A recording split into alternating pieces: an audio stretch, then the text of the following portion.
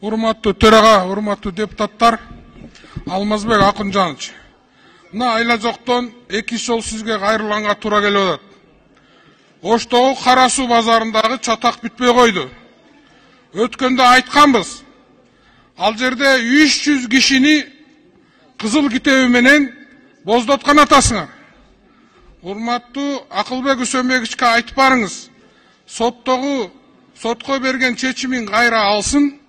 300 кишинин ош жерден 1 соткадан баштап 30-40 соткага чейинки жерлери бар экен, кызыл китептери бар. Эми ошол 1 соткасы бар, ош жерде базарда базарлык кылып отурган кишинин эмнеси коррупционер болот? Анын эмнеси сотко берип атасыңар? Эптеп ошол базардан оокатын кылып, күнүн көрүп аткан кишилерди эмнеге сүрүп чыгарып атасыңар базардан? Уксаңыз барып ошол элдердин көйгөйүн, илаңыңыз келет. Биз каяка барабыз дейт. Эртең ошол жерден бир искра, бир кичинекей бир от чыкчы болсо, баарыбызды күйгүзөт. Мен акыркы жолу сизге кайрылып атам.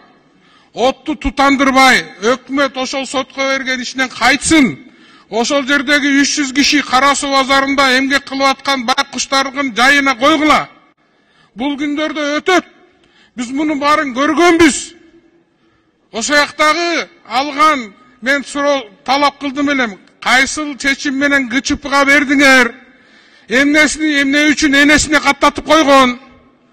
Мамлекетке алгандан мамлекет өзү иштетпейт беле. Мамлекет деген жарандарына кичине боорукер болуш керек да.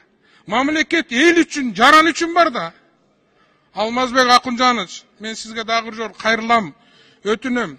Ушул жерден жогорку соттун төрагасына, сотторго кайрылгым келет. Конституциянын 15 беренесинде жазылып турат.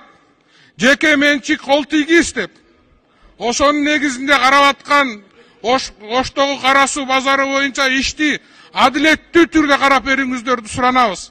Биз баарын карап көрүп байкап атабыз. Ким эмне кылып атат, кандай кылып атат. Ошон үчүн сиздерден суранабыз. Мыйзам чегинде адилеттүү түрдө Кара Суу базарындагы элдердин көйгөйүн чечип бериңиздер. Рахмат.